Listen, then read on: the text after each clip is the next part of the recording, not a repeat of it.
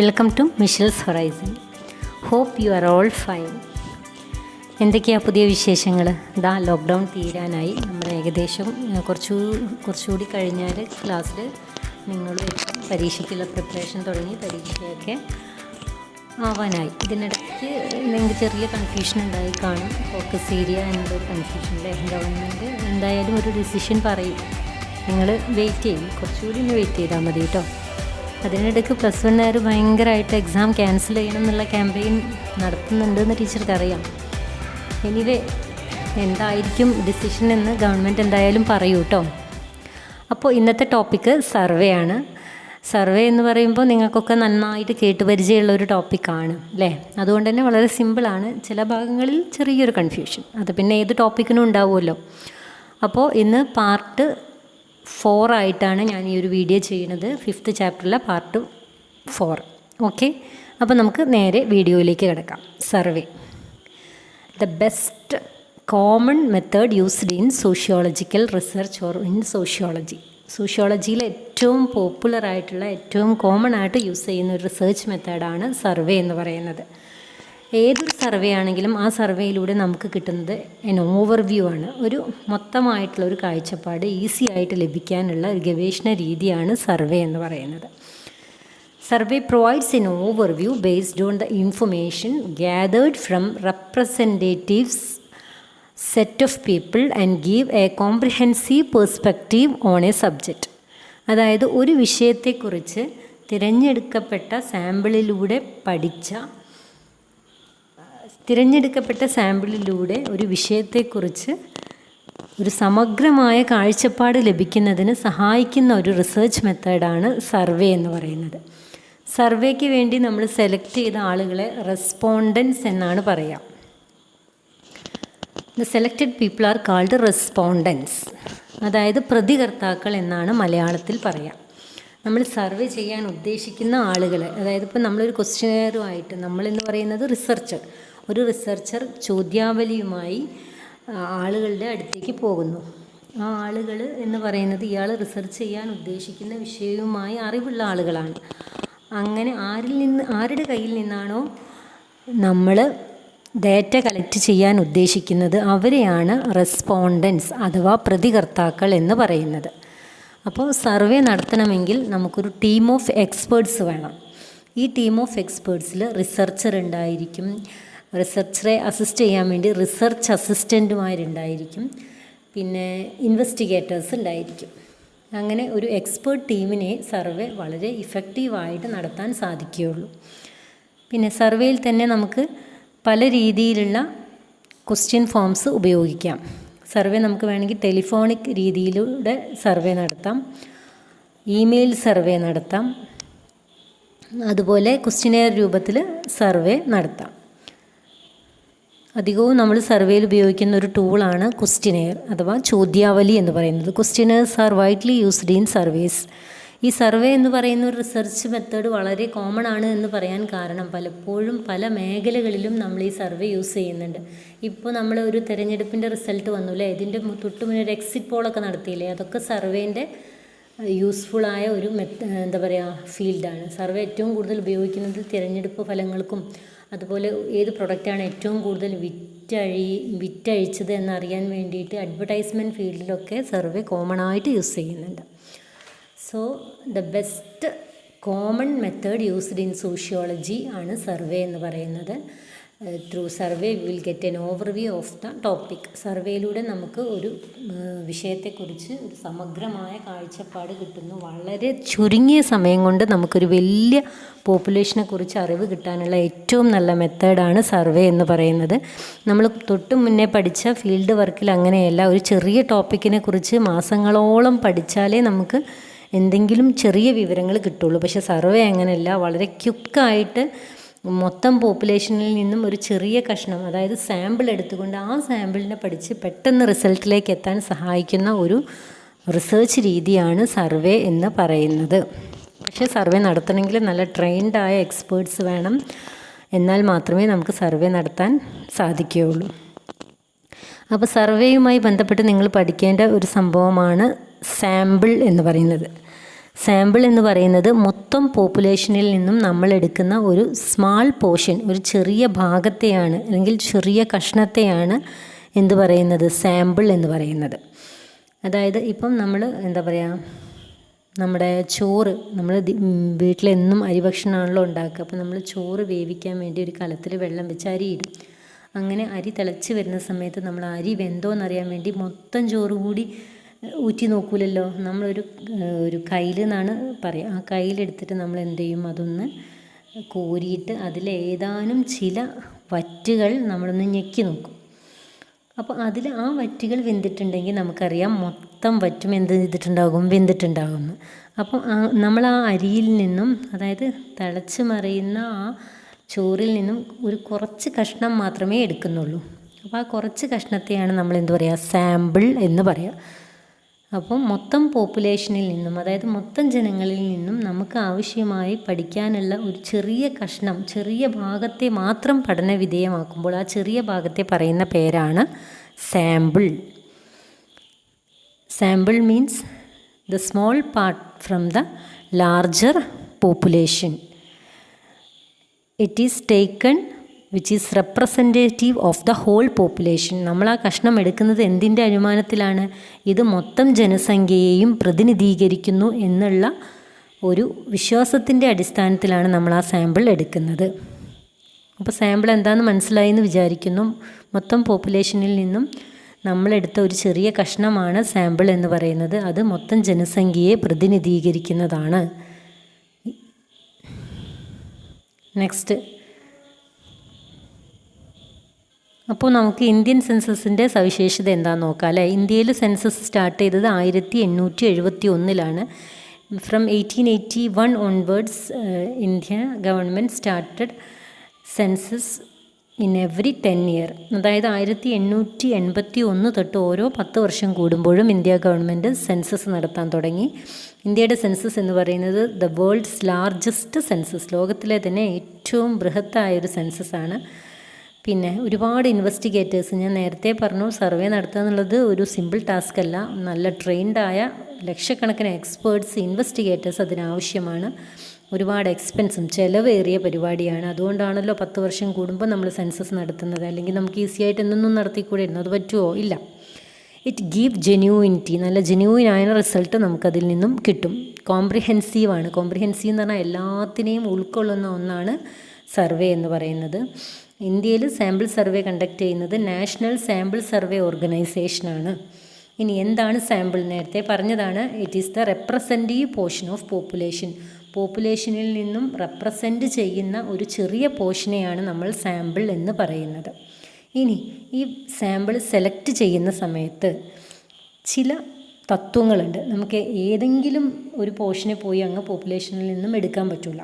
നമ്മൾ ഈ ഒരു കഷ്ണം പോപ്പുലേഷനിൽ നിന്നും എടുക്കുന്ന ഈ കഷ്ണം, അതിനെ എടുക്കുന്ന സമയത്ത് നമ്മൾ ചില കാര്യങ്ങൾ ശാസ്ത്രീയമായിട്ട് ചിന്തിക്കേണ്ടതുണ്ട്. ചില തത്വങ്ങൾ അതിൻ്റെ പിന്നിലുണ്ട്.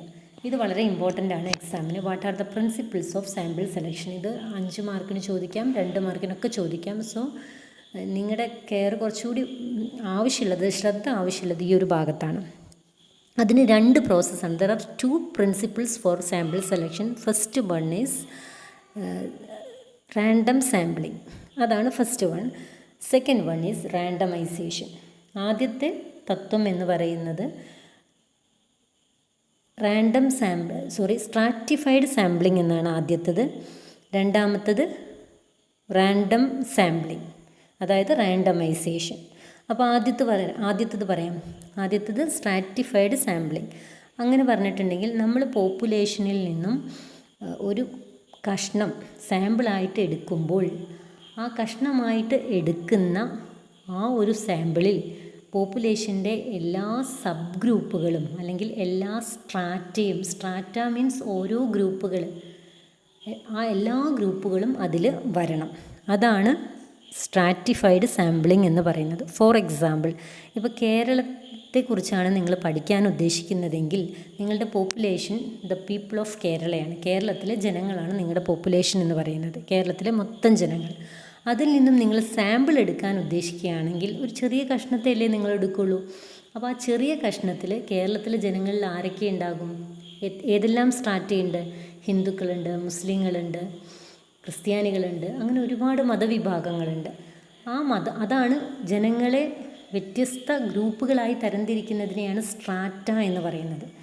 ഈ സ്ട്രാറ്റ എന്ന് പറയുന്നത് എന്തിൻ്റെയും അടിസ്ഥാനത്തിലാവാം. മതത്തിൻ്റെ അടിസ്ഥാനത്തിലാവാം, class, upper class, middle class, lower class, അങ്ങനെയാവാം.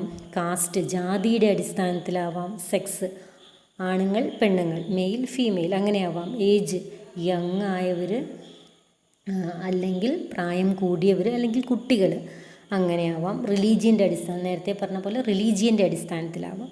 അത് നമ്മുടെ സ്റ്റഡിക്കനുസരിച്ചാണ്, നമുക്ക് എങ്ങനത്തെ സാമ്പിളാണോ വേണ്ടത് അതിനനുസരിച്ചാണ് നമ്മൾ ഇന്ന സ്ട്രാറ്റയ്ക്ക് ഇമ്പോർട്ടൻസ് കൊടുക്കണം എന്ന് തീരുമാനിക്കുന്നത്. സോ നമ്മളൊരു സാമ്പിൾ സെലക്ട് ചെയ്യുന്ന സമയത്ത് ഈ സ്ട്രാറ്റ, പോപ്പുലേഷനിൽ നിന്നും നമുക്ക് ആവശ്യമുള്ള സ്ട്രാറ്റകളെ ഐഡൻറ്റിഫൈ ചെയ്യേണ്ടതാണ്. അപ്പോൾ സ്ട്രാറ്റിഫൈഡ് സാമ്പിളിങ്ങിൻ്റെ മലയാളം എന്ന് പറയുന്നത് സ്ഥരിത സാമ്പിളിംഗ് എന്നാണ്. അത് വളരെ ഈസിയാണ്. All സ്ട്രാറ്റാസ് or sub groups in the large population R represented in the sample. Sample എടുക്കുന്ന സമയത്ത് വലിയ പോപ്പുലേഷനിലുള്ള അല്ലെങ്കിൽ നമ്മൾ എടുക്കാൻ ഉദ്ദേശിക്കുന്ന മൊത്തം ജനസംഖ്യയിൽ നിന്നും നമുക്ക് ആവശ്യമുള്ള എല്ലാ സബ് ഗ്രൂപ്പുകളെയും അല്ലെങ്കിൽ എല്ലാ സ്ട്രാറ്റയെയും, സ്ട്രാറ്റ മീൻസ് വിഭാഗത്തെയും നമ്മൾ എന്ത് ചെയ്യണം? കണ്ടെത്തേണ്ടതുണ്ട്. അപ്പോൾ ഈ സ്ട്രാറ്റയിൽ അല്ലെങ്കിൽ സബ് ഗ്രൂപ്പിൽപ്പെട്ടതാണ് ഒരാളുടെ class, caste, sex, age, religion ഒക്കെ. അപ്പോൾ sample will reflect the characteristics of all strata. അതായത് മൊത്തം പോപ്പുലേഷനിൽ നിന്നും നമ്മളെടുക്കുന്ന ആ സ്മാൾ പോർഷൻ, ആ ചെറിയ കഷ്ണത്തിന് എന്ത് വേണം? നമ്മൾ ഉദ്ദേശിക്കുന്ന എല്ലാ സബ് ഗ്രൂപ്പുകളും അതിൽ വരണം.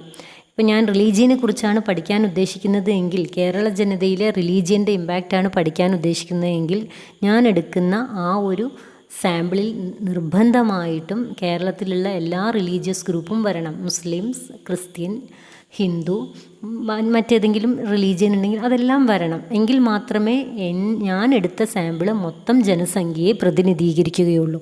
അല്ലാതെ ഞാൻ സാമ്പിൾ ഒരു കഷ്ണം അങ്ങ് എടുത്തപ്പോൾ, അറിയാതെ അങ്ങ് എടുത്തപ്പോൾ അതിൽ ഒരു റിലീജിയൻ്റെ ഗ്രൂപ്പ് ഇല്ലെങ്കിൽ എൻ്റെ സാമ്പിളിങ് തെറ്റാണ്. മനസ്സിലായോ? അപ്പോൾ sample will reflect the characteristics of all strata. പോപ്പുലേഷനിലുള്ള എല്ലാ സ്ട്രാറ്റയുടെയും സവിശേഷത ഏതിൽ വരണം? സാമ്പിളിൽ വരണം. Selection of sample population also depends on randomisation. അപ്പോൾ ഒന്നാമത്തെ മെത്തേഡ് ഇവിടെ കഴിഞ്ഞു കേട്ടോ. വളരെ ഈസിയാണ്. സ്ട്രാറ്റിഫൈഡ് സാമ്പിളിംഗ് അഥവാ സ്ഥരിത സാമ്പിളിംഗ് എന്ന് പറഞ്ഞാൽ മൊത്തം ജനസംഖ്യയിലെ എല്ലാ സ്ട്രാറ്റയെയും നമ്മൾ സാമ്പിൾ എടുക്കുന്ന സമയത്ത് ആ സാമ്പിളിലും വരണം എന്നുള്ളതാണ് സ്ഥരിത സാമ്പിളിംഗ് അഥവാ സ്ട്രാറ്റിഫൈഡ് സാമ്പിളിംഗ്. അത് നമ്മൾ സാമ്പിൾ എടുക്കുന്ന സമയത്ത് ഒന്ന് ശ്രദ്ധിക്കണം. ഇനി രണ്ടാമത്തെ സാമ്പിൾ സെലക്ഷൻ്റെ പ്രിൻസിപ്പിളാണ് റാൻഡമൈസേഷൻ. അതിൻ്റെ മലയാളം എന്ന് പറയുന്നത് യാദൃശ്ചിക സാമ്പിളിംഗ് അഥവാ റാൻഡം സാമ്പിളിംഗ് എന്നാണ്. ചില ടെക്സ്റ്റ് ബുക്കിൽ റാൻഡമൈസേഷൻ എന്ന് കൊടുത്തിട്ടുണ്ട്, ചില ടെക്സ്റ്റ് ബുക്കിൽ റാൻഡം സാമ്പിളിംഗ് എന്നാണ് കൊടുത്തിരിക്കുന്നത്. അപ്പോൾ എന്താണ് റാൻഡമൈസേഷൻ എന്ന് പറയുന്നത്? അതും സാമ്പിളിങ്ങിനുള്ള ഒരു ടെക്നിക്കാണ്. Selection of sample population also depends on randomisation. അപ്പോൾ ഈ ഒരു ടെക്നിക്കിനെ ബേസ് ചെയ്തിട്ടും കൂടിയാണ് സാമ്പിൾ സെലക്ഷൻ നടക്കുന്നത്. എന്താണ് റാൻഡമൈസേഷൻ എന്ന് വെച്ചാൽ, randomisation is the selection of sample which is based purely on chance which depends on probability. അതായത് സാധ്യതയെ അടിസ്ഥാനപ്പെടുത്തി ഒരു സാമ്പിളിംഗ് സെലക്ഷനാണ് റാൻഡമൈസേഷൻ എന്നുള്ളത് കൊണ്ട് ഉദ്ദേശിക്കുന്നത്. സാധ്യത അഥവാ പ്രോബബിലിറ്റി. നമ്മളൊരു കോയിൻ ടോസ് ചെയ്ത് കഴിഞ്ഞാൽ അതിൻ്റെ ഹെഡാണോ ടെയിലാണോ വരിക എന്നുള്ളത് സാധ്യതയുടെ അടിസ്ഥാനത്തിലാണ്. അതുപോലെ തന്നെയാണ് നമ്മൾ സാമ്പിൾ സെലക്ട് ചെയ്യുന്ന സമയത്തും ഈ സാധ്യതയുടെ അടിസ്ഥാനത്തിലാണ് നമ്മൾ ഇങ്ങനെ ചെയ്യുന്നത്. ഇപ്പോൾ ഫോർ എക്സാമ്പിളായി പറയുകയാണെങ്കിൽ H1A എന്നുള്ള ക്ലാസ്സിൽ 64 കുട്ടികളുണ്ടെന്ന് ഫോർ എക്സാമ്പിൾ നിങ്ങൾ വിചാരിക്കലുണ്ടല്ലോ. ഈ 64 കുട്ടികളിൽ നിന്നും 10 കുട്ടികളെയാണ് ഞാൻ സാമ്പിളായി സെലക്ട് ചെയ്യാൻ തീരുമാനിക്കുന്നത്. അപ്പോൾ എങ്ങനെയാണ് ഞാൻ റാൻഡമൈസേഷൻ ഉപയോഗിച്ചുകൊണ്ട് അല്ലെങ്കിൽ റാൻഡം സാമ്പിളിംഗ് ആണ് ഞാൻ യൂസ് ചെയ്യുന്നത് എങ്കിൽ സാധ്യതയുടെ അടിസ്ഥാനത്തിലാണ് ഞാൻ എന്തെടുക്കുന്നത്? സാമ്പിളിനെ സെലക്ട് ചെയ്യുന്നത്. അപ്പോൾ 64 പേരെ എനിക്ക് എന്തായാലും പഠിക്കാൻ പറ്റില്ല. കാരണം 64 എൻ്റെ പോപ്പുലേഷൻ. ഒരു ക്ലാസ്സിൻ്റെ മൊത്തം ജനസംഖ്യ 64, അതാണ് എൻ്റെ പോപ്പുലേഷൻ. അതിൽ നിന്നും ഒരു ചെറിയ കഷ്ണമാണ് ഞാൻ എടുക്കുന്ന സാമ്പിൾ. അപ്പോൾ ആ ചെറിയ കഷ്ണം എന്നുള്ളത് എനിക്ക് കിട്ടണമെങ്കിൽ അവിടെ റാൻഡമൈസേഷൻ ഞാൻ അപ്ലൈ ചെയ്യുകയാണെങ്കിൽ ഒരു 10 പേരെ ഞാൻ എടുക്കാൻ ഉദ്ദേശിക്കുന്നു. അപ്പോൾ ഞാൻ എന്ത് ചെയ്യുന്നു? 64 പേരുടെയും റോൾ നമ്പർ എഴുതിയിട്ട് ഒരു പാത്രത്തിലിട്ട് കുലുക്കിയിട്ട് ഫ്രണ്ടിലോ ബാക്കിലോ ഇരിക്കുന്ന ആരുടെയെങ്കിലും ഏതെങ്കിലും കുട്ടികളോട് എടുക്കാൻ പറയുന്നു, നറുക്കെടുക്കാൻ പറയുന്നു. ഈ നറുക്കിൽ 64 കുട്ടികളിൽ ഏത് കുട്ടികൾ വരാനുള്ള സാധ്യതയുണ്ട്, ഏത് കുട്ടികളും വരാം. ആ എടുക്കുന്ന ആൾ എടുക്കുന്നതിന് സാധ്യത എന്ന് പറയാം അല്ലേ. ചിലപ്പോൾ അതിൽ 1-ാം നമ്പർ വരാം, 25 വരാം, 42 വരാം, ഈ ആരും വരാനുള്ള സാധ്യതയുണ്ട്. അങ്ങനെ നമ്മൾ സാമ്പിൾ സെലക്ട് ചെയ്യുന്നതിനെയാണ് എന്ത് പറയാം, റാൻഡം സാമ്പിളിംഗ് എന്ന് പറയാം. ഈ റാൻഡം സാമ്പിളിങ്ങിന് ഒരുപാട് മെത്തേഡ് ഉണ്ട്. ഒന്ന് ടോസിങ് ദ കോയിൻ ടോസ് ചെയ്തിട്ട്, അല്ലെങ്കിൽ ഇപ്പോൾ ഞാൻ പറഞ്ഞ മെത്തേഡ് എന്താ പറയുക, ലോട്ടറി മെത്തേഡ്, കുറേ ഇങ്ങനെ കുലുക്കിയിട്ട് നമ്പർ ഇട്ടിട്ട് കുലുക്കിയിട്ട് എന്ത് ചെയ്യുക, അതിലേതെങ്കിലും കുറച്ചെണ്ണം എടുക്കുക. അതല്ലെങ്കിൽ കമ്പ്യൂട്ടറിൻ്റെ റാൻഡം ടേബിളുകളുണ്ട്. ആദ്യത്തെ ഫസ്റ്റ് നമ്പർ, പിന്നെ 3, പിന്നെ 6, 9, അങ്ങനെ ഒരു കൃത്യമായിട്ട് സിസ്റ്റമാറ്റിക്കായിട്ടൊക്കെ ചെയ്യുന്നതുണ്ട്. റാൻഡം നമ്പർ ടേബിൾ ഉണ്ട്, ലോട്ടറി മെത്തേഡ് ഉണ്ട്, ഒരുപാട് മെത്തേഡുകൾ എന്തിനുണ്ട്, റാൻഡമൈസേഷൻ ഉണ്ട്. എന്തായാലും റാൻഡമൈസേഷൻ എന്ന് പറയുന്നത് പ്യുവർലി ആകസ്മികതയുടെ അല്ലെങ്കിൽ പ്രോബബിലിറ്റിയെ അടിസ്ഥാനപ്പെടുത്തിയാണ്. ഇതിൽ each member have an equal chance for being selected, അതായത് ആരും സെലക്ട് ചെയ്യാനുള്ള ഒരു സാധ്യത ഇതിലുണ്ട് എന്നുള്ളതാണ് ഈ റാൻഡം സാമ്പിളിങ്ങിൻ്റെ ഒരു പ്രത്യേകത. നമ്മളല്ലാതെ ഇന്ന കുട്ടിയെ എനിക്കറിയാം, അവൾ നന്നായി പഠിക്കും, അപ്പോൾ അവൾ സാമ്പിളായിട്ട് എടുക്കാം എന്നുള്ളതല്ല. നമ്മൾ കണ്ണ് കെട്ടിയിട്ടാണ് ഈ 10 പേരെയും എടുക്കുന്നത്. അതിലാരും വരാനുള്ള സാധ്യതയുണ്ട്. 64 പേരിൽ ആർക്കും അതിന് സാധ്യതയുണ്ട്. അതാണ് each member have an equal chance of being selected. Select ചെയ്യാൻ എല്ലാവർക്കും ഈക്വൽ ചാൻസാണ്. Biggest sample give most accurate result. സാധാരണ വലിയ സാമ്പിൾ എടുത്താൽ നമുക്ക് ഏറ്റവും കൃത്യമായ റിസൾട്ട് കിട്ടുമെന്നാണ് പറയുക. സാമ്പിൾ ചെറുതാവുന്നതിനനുസരിച്ച് റിസൾട്ടിൽ വ്യതിയാനങ്ങൾ വരാനുള്ള ചാൻസ് ഉണ്ട്. സാധാരണ ലാർജ് സാമ്പിളായി സ്റ്റാറ്റിസ്റ്റിക്സിൽ പറയുന്നത് 30 to 40 ആണ്, 30 to 40 അപ്പം അതിൽ കൂടുതലെടുത്താൽ അത് ലാർജ് സാമ്പിളായിട്ടാണ് സ്റ്റാറ്റിസ്റ്റീഷ്യൻസ് പറയുന്നത്. ഇനി മറ്റൊരു കോൺസെപ്റ്റാണ് സാമ്പിളിംഗ് എറർ. എന്താണ് സാമ്പിളിംഗ് എറർ എന്ന് ചോദിച്ചാൽ, നമ്മളെടുത്ത സാമ്പിള് നമ്മൾ പഠിച്ചു, അതിൽ നിന്നൊരു റിസൾട്ട് കിട്ടി. ആ റിസൾട്ട് മൊത്തം പോപ്പുലേഷനുമായിട്ട് നമ്മൾ കമ്പയർ ചെയ്യുന്ന സമയത്ത് ചെറിയ ചെറിയ വ്യതിയാനങ്ങൾ കാണുകയാണെങ്കിൽ ആ വ്യതിയാനങ്ങൾ വരാനുള്ള കാരണം നമ്മൾ സാമ്പിൾ എടുത്തതിലുള്ള ചെറിയ തെറ്റുകൾ കാരണമാണ്. ആ തെറ്റിനെയാണ് സാമ്പിളിംഗ് എറർ എന്ന് പറയുന്നത്. The difference between actual population characteristics and the sample is the margin of error or sampling error. അതായത് പോപ്പുലേഷൻ്റെ ക്യാരക്ടറിസ്റ്റിക്സും സാമ്പിളിൻ്റെ ക്യാരക്ടറിസ്റ്റിക്സും തമ്മിലുള്ള വ്യത്യാസത്തെ പറയുന്ന പേരാണ് മാർജിൻ ഓഫ് എറർ എന്നും പറയും, അതല്ലെങ്കിൽ സാമ്പിളിംഗ് എറർ എന്നും പറയും. ഇത് ചോദിക്കാറുണ്ട്. വളരെ എളുപ്പമാണ്. നമ്മളെടുത്ത സാമ്പിളിൻ്റെ സവിശേഷത പോപ്പുലേഷനുമായിട്ട് മാച്ച് ചെയ്യാതെ വരികയാണെങ്കിലാണ് എന്ത് സംഭവിക്കുന്നത്, സാമ്പിളിംഗ് എറർ സംഭവിക്കുന്നത്. സാധാരണ ഗവേഷണത്തിൽ ഇത് വരാറുള്ള സമയത്ത് ഗവേഷകൻ എന്ത് ചെയ്യും, ഇത്രയുമാണ് സാമ്പിളിംഗ് എറർ വന്നിരിക്കുന്നത് എന്ന് പ്രത്യേകം ഗവേഷണത്തിൽ എടുത്ത് കാണിക്കും. ഇപ്പോൾ സെൻസസ് എന്ന് പറഞ്ഞാൽ നിങ്ങൾക്കറിയാലോ, സെൻസസ് എന്ന് പറയുന്ന ഗവേഷണ രീതിയിൽ സർവേ തന്നെയാണ് നമ്മൾ ചെയ്യുന്നത്. പക്ഷേ എല്ലാവരെയും നമ്മൾ ഗവേഷണത്തിന് വിധേയമാക്കും, അതാണ് സെൻസസ്. പക്ഷേ സാമ്പിൾ എന്ന് പറയുമ്പോൾ മൊത്തം പോപ്പുലേഷനിൽ നിന്നും ഒരു സ്മാൾ പോർഷൻ മാത്രമേ നമ്മൾ എടുക്കുകയുള്ളൂ. അതാണ് സെൻസസും സാമ്പിളും തമ്മിലുള്ള ഒരു വ്യത്യാസം. മറ്റൊരു കോൺസെപ്റ്റാണ് നോൺ സാമ്പിളിംഗ് എറർ എന്ന് പറയുന്നത്. ഇത് സാമ്പിളിങ്ങിൽ ഉണ്ടായ തെറ്റുകൊണ്ടുണ്ടാവുന്ന എററല്ല, മറിച്ച് ഗവേഷകൻ തൻ്റെ ഗവേഷണം രൂപകൽപ്പന ചെയ്തതിൽ, അതായത് ഡിസൈൻ ചെയ്തതിലുള്ള തെറ്റുകൾ കൊണ്ടുണ്ടായതാണ്. അപ്പോൾ ഈ ഡിസൈൻ ചെയ്ത തെറ്റുകൾ എന്ന് പറയുമ്പോൾ ഏതായിരിക്കും, അദ്ദേഹം ക്വസ്റ്റ്യനെയർ ഉണ്ടാക്കിയ സമയത്ത് ക്വസ്റ്റ്യനെയറിൽ ഒരു വ്യക്തിയെ പ്രകോപിപ്പിക്കുന്ന അല്ലെങ്കിൽ അയാളുടെ വ്യക്തിപരമായ കാര്യങ്ങളിലേക്ക് കടന്നു ചെല്ലുന്ന ചോദ്യങ്ങൾ ഉൾപ്പെട്ടിട്ടുണ്ടെങ്കിൽ, പിന്നെ ഒരു റെസ്പോണ്ടൻറ്റിനോട് നമ്മൾ ചോദിക്കുന്ന സമയത്ത് അദ്ദേഹം അതിൻ്റെ വ്യക്തിപരമായ കാര്യമാണ്, ഞാനതിന് ആൻസർ പറഞ്ഞിട്ടുണ്ടെങ്കിൽ അയാൾ എന്ത് കരുതും എന്ന് കരുതിയിട്ട് ഇയാൾ എന്ത് ചെയ്യും, കുറച്ചുകൂടി സേഫായ ഒരു ആൻസർ തിരഞ്ഞെടുക്കും. അപ്പോൾ സ്വാഭാവികമായിട്ടും റിസർച്ചിൽ എറർ കടന്നുകൂടും. അത്തരത്തിലുള്ള എററിനെയാണ് നമ്മൾ നോൺ സാമ്പിളിംഗ് എറർ എന്ന് പറയുക. അത് റിസർച്ചറുടെ സാമ്പിളിങ്ങിൽ വരുന്ന എറർ കൊണ്ടല്ല, റിസർച്ചർ ക്വസ്റ്റ്യനെയർ ഉണ്ടാക്കുന്ന സമയത്ത് പറ്റിയ പിഴവാണ്. അതായത് അദ്ദേഹത്തിൻ്റെ റിസർച്ച് ഡിസൈനിൽ പറ്റിയ എറർ കൊണ്ടുണ്ടാവുന്നതാണ്, which is caused by human error. That error may be due to sensitive or personal questions or make problems. Respondents might answer them safely. അതുകൊണ്ട് തന്നെ വളരെ സേഫായ ഒരു ആൻസർ ആര് പറയും? റെസ്പോണ്ടൻസ് പറയും, rather than truthfully, സത്യസന്ധമായി പറയുന്നതിന് പകരമായിട്ട്. സോ അത്തരത്തിലുള്ള എറേഴ്സാണ് നോൺ സാമ്പിളിങ് എറേഴ്സ് എന്ന് പറയുക. അപ്പോൾ നമ്മുടെ വീട്ടിൽ സെൻസസ് എടുക്കാൻ വന്നാൽ സാധാരണ അവർ ചോദിക്കുന്നതാണ്, നിങ്ങളുടെ വീട്ടിൽ 4 ചക്ര വാഹനങ്ങളുണ്ടോ? അപ്പോൾ സ്വാഭാവികമായിട്ടും അവർ പറയും ഇല്ല, വാഹനങ്ങളൊന്നും തന്നെ ഇല്ല എന്ന് പറയും. അതെന്തുകൊണ്ടായിരിക്കും? കാറുള്ളത് പറഞ്ഞിട്ടുണ്ടെങ്കിൽ ആനുകൂല്യങ്ങൾ നഷ്ടപ്പെടുമെന്ന് അവർ വിചാരിക്കുന്നു. അത്തരത്തിലുള്ള എറേഴ്സൊക്കെ വരാൻ കാരണം ഇത്തരത്തിലുള്ള ചോദ്യങ്ങൾ വേറെ രീതിയിൽ ചോദിച്ചാൽ ചിലപ്പോൾ ഒരു പക്ഷേ കുറച്ചും കൂടി നല്ല ആൻസർ കിട്ടും. നോൺ സാമ്പിളിങ് എറർ നമുക്ക് ഒഴിവാക്കുകയും ചെയ്യാം. സോ നമ്മൾ ഇത്രയും നേരം പഠിച്ചത് സർവേ എങ്ങനെ കണ്ടക്ട് ചെയ്യാം, സാമ്പിൾ സെലക്ട് ചെയ്യുന്ന സമയത്ത് എന്തെല്ലാം പ്രിൻസിപ്പിൾ നമ്മുടെ മനസ്സിൽ വെക്കണം, സർവേ എന്തുകൊണ്ടാണ് ഏറ്റവും നല്ലൊരു റിസർച്ച് മെത്തേഡായി മാറുന്നത്, വളരെ കുറഞ്ഞ സമയം കൊണ്ട് ബൃഹത്തായ ഒരു പോപ്പുലേഷനെ സമഗ്രമായി പഠിക്കാൻ പറ്റിയ ഏറ്റവും നല്ല മെത്തേഡാണ്. എന്നാൽ സെൻസസും വളരെ നല്ല റിസർച്ച് മെത്തേഡാണ്. പക്ഷേ എല്ലാ സമയത്തും നമുക്ക് എല്ലാവരുടെയും തല എണ്ണി പഠിക്കാൻ പ്രാക്ടിക്കലല്ല. അതുകൊണ്ട് സാമ്പിൾ സർവേ കുറച്ചും കൂടി ഇഫക്റ്റീവായ ഒരു റിസർച്ച് മെത്തേഡാണ് എന്നാണ്. ഇനി നമുക്ക് അതിൻ്റെ ഡിസഡ്വാൻറ്റേജസ് അല്ലെങ്കിൽ ഡീമെറിറ്റ്സ് എന്തെല്ലാം എന്ന് നോക്കാം. ഡിസഡ്വാൻറ്റേജസ് എന്ന് പറഞ്ഞാൽ സർവേയുടെ ദോഷങ്ങൾ, അല്ലെങ്കിൽ ഡീമെറിറ്റ്സ് കോട്ടങ്ങൾ എന്നും പറയും. എന്താണെന്ന് നോക്കാം. സർവേയിലൂടെ ഒരിക്കലും നമുക്ക് ഡെപ്തായ ഇൻഫർമേഷൻ കിട്ടൂല. ഡെപ്ത് മീൻസ് ആഴത്തിലുള്ള വിവരങ്ങൾ കിട്ടൂല. നമ്മൾ നേരത്തെ പറഞ്ഞ ഫീൽഡ് വർക്ക് ആണെങ്കിൽ നമുക്കൊരു കമ്മ്യൂണിറ്റിയെക്കുറിച്ച്, ഒരു ട്രൈബിനെക്കുറിച്ച് ആഴത്തിലുള്ള വിവരം കിട്ടും. ആഴത്തിലുള്ള വിവരം എന്ന് വെച്ചാൽ അവരുടെ ജീവിത രീതി, അവരുടെ വിശ്വാസം, ആചാരം, അവരുടെ വിവാഹ രീതി, അവരുടെ മറ്റെല്ലാ കാര്യങ്ങളും നമ്മൾ 6 മന്ത്സോ ഇയേഴ്സ് നമ്മൾ അവരുടെ കൂടെ കഴിയുന്നത് കൊണ്ട് അത് കിട്ടും. പക്ഷേ സർവേയിലൂടെ ഒരു ക്വിക്കായിട്ടുള്ള സർവേ ആകുമ്പോൾ അവരുടെ ഏജ്, അവരുടെ ലിറ്ററസി റേറ്റ്, അങ്ങനെയുള്ള വളരെ ക്വാണ്ടിറ്റേറ്റീവായ കാര്യങ്ങൾ മാത്രമാണ് നമുക്ക് കിട്ടുന്നത്. That information is not in depth, അത് ഭയങ്കര ആഴത്തിലുള്ളത് അല്ല. അതുപോലെ തന്നെ സർവേ റിസൾട്ടിന് എന്ത് സംഭവിക്കാം? സാമ്പിളിംഗ് എററും നോൺ സാമ്പിളിങ്ങും എററും വരാനുള്ള സാധ്യതയുണ്ട്. അത് രണ്ടും എന്താണെന്ന് കുറച്ച് മുന്നേ നിങ്ങൾ പഠിച്ചു.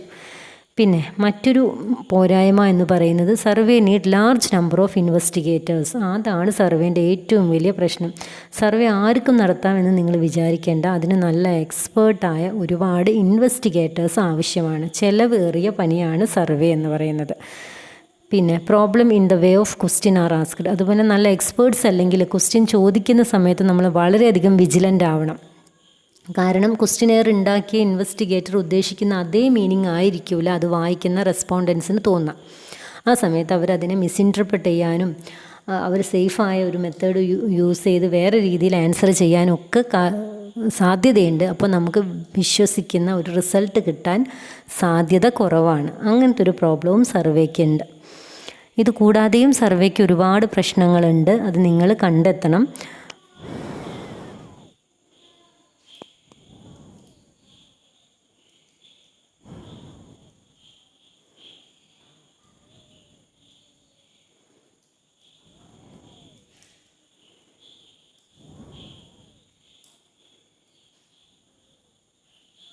സർവേൻ്റെ മറ്റൊരു പ്രശ്നം, സർവേയിൽ നമ്മൾ ഏറ്റവും കൂടുതൽ ഉപയോഗിക്കുന്ന ഒരു ടൂളാണ് ക്വസ്റ്റ്യനെയർ എന്ന് പറയുന്നത്. ഈ ക്വസ്റ്റ്യനെയർ ഉണ്ടാക്കുന്നത് റിസർച്ചർ ആണെങ്കിലും അത് ഫില്ല് ചെയ്യുന്നത് ആരാണ്? റെസ്പോണ്ടൻസ് ആണ്. അപ്പോൾ റിസർച്ചർ അവർക്ക് ക്വസ്റ്റ്യനെയർ കൊടുത്തിട്ട് പോവുകയാണ് ചെയ്യുക. പിന്നെ അത് ഒന്നില്ലെങ്കിൽ അത് മെയിലായിട്ട് അവർക്ക് അയച്ചു കൊടുക്കുക, അല്ലെങ്കിൽ പിന്നീട് ഒരു സമയത്ത് വന്നിട്ട് റിസർച്ചർ അത് കളക്ട് ചെയ്ത് വാങ്ങിക്കൊണ്ട് പോവുകയോ ആണ് സർവേയിൽ ചെയ്യുന്നത്. ആ സമയത്ത് ഗവേഷകൻ അവരുടെ മുന്നിലില്ലാത്തത് കൊണ്ട് തന്നെ ആ ക്വസ്റ്റ്യൻ എങ്ങനെയാണ് വായിക്കുന്ന ആളുകൾ മിസ്ഇൻറ്റർപ്രറ്റ് ചെയ്യാനുള്ള സാധ്യത കൂടുതലാണ്. അപ്പോൾ അതിൽ തെറ്റ് കടന്നുകൂടും. അതുപോലെ തന്നെ പിന്നെ റിസർച്ചറും റെസ്പോണ്ടൻറ്റും തമ്മിലുള്ള ഒരു ലോങ് ഇൻറ്ററാക്ഷൻ, ഒരു പരസ്പര ബന്ധം സർവേയിൽ ഉണ്ടാവില്ല. ജസ്റ്റ് ആ ഒരു ക്വസ്റ്റ്യനെയർ കൊടുത്തിട്ട് അയാൾ പോകുന്നത് കൊണ്ട് തന്നെ പഠിക്കുന്ന വിഷയത്തിലുള്ള കമ്മ്യൂണിറ്റിയുമായുള്ളൊരു ബന്ധം ഫീൽഡ് വർക്കിലുള്ളതുപോലെ സർവേയിൽ ഉണ്ടാവാൻ സാധ്യതയില്ല എന്നുള്ളതും സർവേയുടെ ഒരു കോട്ടമാണ്. സർവേൻ്റെ ഏറ്റവും വലിയ വിജയം എന്ന് പറയുന്നത് ക്വസ്റ്റ്യനെയറിനെ ആശ്രയിച്ചിട്ടാണ് ഇരിക്കുന്നത്. അപ്പോൾ ക്വസ്റ്റ്യനെയർ എന്ത് ചെയ്യണം? വളരെ ചിട്ടയോടുകൂടിയതും വളരെ സ്ട്രക്ചേർഡ് ആയിട്ടുള്ളതും ആയിരിക്കണം. ഒരുപാട് സ്ട്രക്ചേർഡ് ആയിട്ടുണ്ടെങ്കിലും കുഴപ്പമാണ്. അപ്പോൾ ആ ഒരു ഡിസൈനിങ് വളരെ കൃത്യമായിട്ടില്ലെങ്കിൽ സർവേയുടെ റിസൾട്ട് വളരെയധികം എന്താവാൻ സാധ്യതയുണ്ട്, തെറ്റായി പോകാനുള്ള സാധ്യതയുണ്ട്. അപ്പോൾ ക്വസ്റ്റ്യനെയർ ഡിസൈനിങ് എന്ന് പറയുന്നത് സർവേയിലെ ഏറ്റവും ക്രൂഷ്യലായിട്ടുള്ള ഒരു സംഭവമാണ്. ഇങ്ങനെയൊക്കെ പറഞ്ഞാലും it is the best method used in sociological research എന്ന് തന്നെ നമുക്ക് പറയാം. Another important research method is interview. It is very familiar to you അല്ലേ. ഞാൻ പറഞ്ഞു തരാതെ തന്നെ നിങ്ങൾക്കറിയാം. മോസ്റ്റ് കോമൺ തന്നെയാണ് ഇതും. വളരെ ഇപ്പോഴും എല്ലാവരും ഉപയോഗിക്കുന്ന ഒരു മെത്തേഡാണ്. അതായത് it's a dialogue between researcher and respondent. പ്രതികർത്താവും ഗവേഷകനും ഫേസ് ടു ഫേസ് സിറ്റുവേഷനിൽ ഇരുന്നുകൊണ്ടുള്ള ഒരു ഡയലോഗാണ് ഈ ഒരു മെത്തേഡ് എന്ന് പറയുന്നത്. അതുകൊണ്ട് തന്നെ it is A highly flexible process, വളരെയധികം ഫ്ലെക്സിബിളായ പ്രോസസ്സ്. എന്തുകൊണ്ടാണ് ഫ്ലെക്സിബിൾ എന്ന് പറയുന്നതെന്ന് വെച്ചാൽ നമുക്ക് എന്ത് ചെയ്യാം, നമുക്ക് തോന്നുന്ന ചോദ്യങ്ങൾ ഫേസ് ടു ഫേസ് ആയി ഇരിക്കുന്ന ആളുകളോട് സ്പോണ്ടേനിയസ് എന്ന് പറഞ്ഞാൽ ആകസ്മികമായിട്ട് ആ സമയത്ത് നമുക്ക് മാറി മാറി ചോദിക്കാൻ പറ്റും. മറിച്ച് ഒരു ക്വസ്റ്റ്യനെയറിൽ കൊടുത്തു പോവുകയാണെങ്കിൽ ആ ക്വസ്റ്റ്യനിലുള്ള ക്വസ്റ്റ്യൻസ് മാത്രമേ നമുക്ക് റെസ്പോണ്ടൻസിനോട് ചോദിക്കാൻ പറ്റുള്ളൂ. ഇത് നമുക്ക് ആ സമയത്ത് വേണമെങ്കിൽ ഒരു പുതിയ ചോദ്യം അദ്ദേഹത്തോട് ചോദിക്കാം. അതുകൊണ്ടാണ് ഇത് ഹൈലി ഫ്ലെക്സിബിൾ എന്ന് പറയുന്നത്. Interviewers enjoy lot of freedom in framing question. Interview ചെയ്യുന്ന ആൾക്ക് ഒരുപാട് ഫ്രീഡം ഉണ്ട് ക്വസ്റ്റ്യൻസ് ഫ്രെയിം ചെയ്യാൻ. അയാളുടെ ഇഷ്ടത്തിനനുസരിച്ച് ക്വസ്റ്റ്യനെ ഏത് പൊളൈറ്റായിട്ടും അരോഗൻ്റായിട്ടും വളരെ സിമ്പിളായിട്ടും മറ്റൊരാൾക്ക് മനസ്സിലാവുന്ന രീതിയിൽ ഏത് രൂപത്തിലും ഫ്രെയിം ചെയ്യാൻ രൂപപ്പെടുത്താനുള്ള ഫ്രീഡം ഇൻ്റർവ്യൂവിലുണ്ട്. അതുമാത്രമല്ല, ഇൻ്റർവ്യൂവിൻ്റെ ഏറ്റവും പ്ലസ് പോയിൻ്റ് എന്ന് പറയുന്നത് it establish A rapport at the initial stage. അതായത് ഇൻ്റർവ്യൂ ചെയ്യുന്ന ആളുമായിട്ട് നല്ലൊരു ബന്ധം, റാപ്പോർട്ട് മീൻസ് സോഷ്യൽ റിലേഷൻഷിപ്പ്, നല്ലൊരു ബന്ധം ഉണ്ടാക്കുന്നതിനെ ആശ്രയിച്ചിരിക്കും തുടർന്ന് അങ്ങോട്ടുള്ള ആ ഒരു ഇൻ്റർവ്യൂ പ്രോസസ്സ് നടക്കുന്നത്. വളരെ നല്ല റിലേഷൻഷിപ്പ് ആണെങ്കിൽ നല്ല റിസൾട്ടും ഇൻ്റർവ്യൂവിൻ്റെത് കിട്ടും. ഇനി what are the types of interview? Generally 2 ടൈപ്പാണുള്ളത്, സ്ട്രക്ചേർഡ് ഇൻ്റർവ്യൂവും അൺസ്ട്രക്ചേർഡ് ഇൻ്റർവ്യൂവും. സ്ട്രക്ചേർഡ് ഇൻ്റർവ്യൂ എന്ന് പറയുന്നത് അതിൽ തന്നെ ലൂസ്ലി സ്ട്രക്ചേർഡുമുണ്ട്, സ്ട്രിക്ട്ലി സ്ട്രക്ചേർഡുമുണ്ട്. അൺസ്ട്രക്ചേർഡ് എന്ന് പറയുമ്പോൾ ഒരു സ്ട്രക്ചറും ഇല്ലാത്ത ഇൻ്റർവ്യൂ. സ്ട്രക്ചേർഡ് എന്ന് പറയുമ്പോൾ ലൂസ്ലി സ്ട്രക്ചേർഡ് എന്ന് പറയുമ്പോൾ കുറച്ച് സ്ട്രക്ചർ കുറഞ്ഞ്, അതായത് കുറച്ച് എപ്പോൾ വേണമെങ്കിലും നമുക്ക് ചെറുതായിട്ടൊക്കെ ഒന്ന് മാറ്റാവുന്ന രീതിയിലുള്ള സ്ട്രക്ചേർഡ്. സ്ട്രിക്ട്ലി സ്ട്രക്ചേർഡ് എന്ന് പറഞ്ഞാൽ കൃത്യമായിട്ട് ടൈം ഷെഡ്യൂൾ ചെയ്ത് എന്തൊക്കെ ചോദിക്കണം എന്ന് കൃത്യമായിട്ട് ക്വസ്റ്റ്യനെയർ പ്ലാൻ ചെയ്ത് വളരെ പ്ലാൻഡായി നടക്കുന്നതാണ് സ്ട്രിക്ട്ലി സ്ട്രക്ചേർഡ് എന്ന് പറയുന്നത്. അൺസ്ട്രക്ചേർഡ് എന്ന് പറഞ്ഞാൽ ഒരു ഘടനയില്ലാതെ എപ്പോൾ വേണമെങ്കിലും തോന്നുന്ന സമയത്ത് കാണുന്നവനെ ഇൻ്റർവ്യൂ ചെയ്യുന്ന ഒരു ടൈപ്പാണ് അൺസ്ട്രക്ചേർഡ് എന്ന് പറയുന്നത്. അപ്പോൾ ഇത്രയുമാണ് ഇതിൽ ഉള്ളത്. ഇത് ഡീറ്റെയിൽ ആയിട്ട് നമുക്കൊന്നുകൂടി പറയാം. അപ്പോൾ ഇൻ്റർവ്യൂ എന്ന് പറയുന്നത് 2 ടൈപ്പാണ്, സ്ട്രക്ചേർഡും അൺസ്ട്രക്ചേർഡും. അൺസ്ട്രക്ചേർഡിൽ നമുക്ക് ഏത് ക്വസ്റ്റ്യൻസും ചോദിക്കാം, എവിടെ വെച്ചും ചോദിക്കാം. അതിൻ്റെ ടൈമോ സ്ഥലമോ ഏത് ആളുകളാണെന്നുള്ളതൊന്നും ആദ്യമേ ഫിക്സ് ചെയ്യില്ല അൺസ്ട്രക്ചേർഡിൽ. പിന്നെ interview can be recorded differently. വ്യത്യസ്തമായിട്ട് തന്നെ നമുക്ക് ഇൻ്റർവ്യൂ എന്ത് ചെയ്യാം, റെക്കോർഡ് ചെയ്യാം. ഒന്നെങ്കിൽ ഒരു ആക്ച്വൽ വീഡിയോ ആയിട്ട് ചെയ്യാം, അല്ലെങ്കിൽ ഓഡിയോ റെക്കോർഡ് ചെയ്യാം. അപ്പോൾ അതല്ലെങ്കിൽ നമുക്ക് ഡീറ്റെയിൽഡായ നോട്ട്സ് ക്വസ്റ്റ്യൻ ആൻസർ എഴുതിയെടുത്തിട്ടും അത് റെക്കോർഡ് ചെയ്യാം. സാധാരണ നമ്മൾ വീഡിയോ റെക്കോർഡിംഗ് ആണ് അധികവും യൂസ് ചെയ്യുന്നത്, ഓഡിയോയും യൂസ് ചെയ്യുന്നുണ്ട്. പിന്നെ അപ്പോൾ ഇൻ്റർവ്യൂ എന്ന് പറയുന്നത് പൊതുവെ എല്ലാവരും ഉപയോഗിക്കുന്ന ഒരു ക്വാളിറ്റേറ്റീവ് റിസർച്ച് മെത്തേഡാണ്. ക്വാളിറ്റേറ്റീവ് എന്ന് പറയുമ്പം ആഴത്തിലുള്ള ഗവേഷണ വിവരങ്ങൾ കിട്ടുന്നതിന് ഉപയോഗിക്കുന്ന ഒരു മെത്തേഡാണ് ഇൻ്റർവ്യൂ എന്ന് പറയുന്നത്. Interview commonly used along with other research method. അതായത് മറ്റ് ഗവേഷണ രീതികളുടെ കൂടെ ഒരു ക്ലബ്ബായിട്ട് ചെയ്യുന്ന അതാണ് അധികവും ഇൻ്റർവ്യൂ എന്ന് പറയുന്നത്. ഫോർ എക്സാമ്പിൾ ട്രയാങ്കുലേഷനൊക്കെ വേണ്ടിയിട്ടാണ് നമ്മൾ സർവേ നടത്തുന്നതിൻ്റെ കൂടെ ഇൻ്റർവ്യൂവും കൂടി നമ്മൾ എന്ത് ചെയ്യും. കാരണം സർവേയിലൂടെ കിട്ടിയ റിസൾട്ട് ശരിയാണോ എന്നൊന്ന് ക്രോസ് ചെക്ക് ചെയ്യാൻ വേണ്ടിയിട്ട് നമ്മൾ എന്ത് ചെയ്യും, ഇൻ്റർവ്യൂവും കൂടി നടത്തും. എനിവേ ഇൻ്റർവ്യൂയിലൂടെ നമുക്ക് often get depth and detailed information. വളരെ ആഴത്തിലുള്ളതും ഡീറ്റെയിൽ ആയ ഇൻഫർമേഷനും റിസർച്ചർക്ക് കിട്ടാൻ സഹായിക്കുന്ന ഒരു ഗവേഷണ രീതിയാണ് ഇൻ്റർവ്യൂ എന്ന് പറയുന്നത്. But the success of an interview greatly depends upon the extent on the rapport between respondent and the researcher. ഗവേഷകനും അതുപോലെ തന്നെ റെസ്പോണ്ടൻറ്റും തമ്മിലുള്ള ബന്ധത്തിൻ്റെ അടിസ്ഥാനത്തിലാണ് ഇൻ്റർവ്യൂയുടെ സക്സസ് എന്ന് പറയുന്നത്. തുടക്കത്തിലെ നല്ലൊരു റിലേഷൻഷിപ്പിലൂടെ പോവുകയാണെങ്കിൽ ഇൻ്റർവ്യൂവിന് റെസ്പോണ്ട് ചെയ്യുന്ന ആൾക്ക് നല്ലൊരു ഹാപ്പിനെസ് ഫീൽ ചെയ്യും. അപ്പോൾ ഇദ്ദേഹം ചോദിക്കുന്ന ചോദ്യത്തിനൊക്കെ നല്ല നിങ്ങൾ പല ഫിലിം ഇൻ്റർവ്യൂസും കണ്ടിട്ടുണ്ടാവില്ലേ, നല്ല രസകരമായിട്ട് ഇങ്ങനെ പോണതിൻ്റെ ഇടയ്ക്ക് കുറച്ചൊരു ബുദ്ധിമുട്ടുള്ളൊരു ചോദ്യം ചോദിച്ചാൽ തന്നെ ഫിലിം സ്റ്റാർസിൻ്റെയൊക്കെ മുഖം നമുക്ക് അപ്പം തന്നെ മനസ്സിലാവും അല്ലേ. അപ്പോൾ അത് ഭയങ്കര ഒരു സ്കില്ലാണ് ഇൻ്റർവ്യൂ നടത്തുക എന്നുള്ളത്. നല്ല സ്കിൽഡായിട്ടുള്ള ഇൻവെസ്റ്റിഗേറ്റേഴ്സ് വേണം, ഇൻ്റർവ്യൂവേഴ്സ് വേണം സത്യത്തിൽ. അല്ലെങ്കിൽ ഇൻ്റർവ്യൂ ഫ്ലോപ്പാണ്. അപ്പോൾ വളരെ സ്ട്രക്ചേർഡ് ഇൻ്റർവ്യൂക്കൊക്കെ നമ്മൾ പൊതുവെ ആദ്യമേ ഇൻ്റർവ്യൂവേഴ്സിനെ ആദ്യമേ പ്ലാൻ ചെയ്തിട്ടാണ് വരാറുള്ളത്. അപ്പോൾ ഇത് വളരെ ഈസിയായ മെത്തേഡാണ്. എനിക്കറിയാം നിങ്ങൾക്ക് ഇതിൽ വലിയ സംശയങ്ങളൊന്നും ഉണ്ടാവില്ല എന്നുള്ളത്. അപ്പോൾ ഇതുവരെ പേഷ്യൻ്റായിട്ട് ലിസൺ ചെയ്തതിന് ബിഗ് താങ്ക്സ്. Okay, by.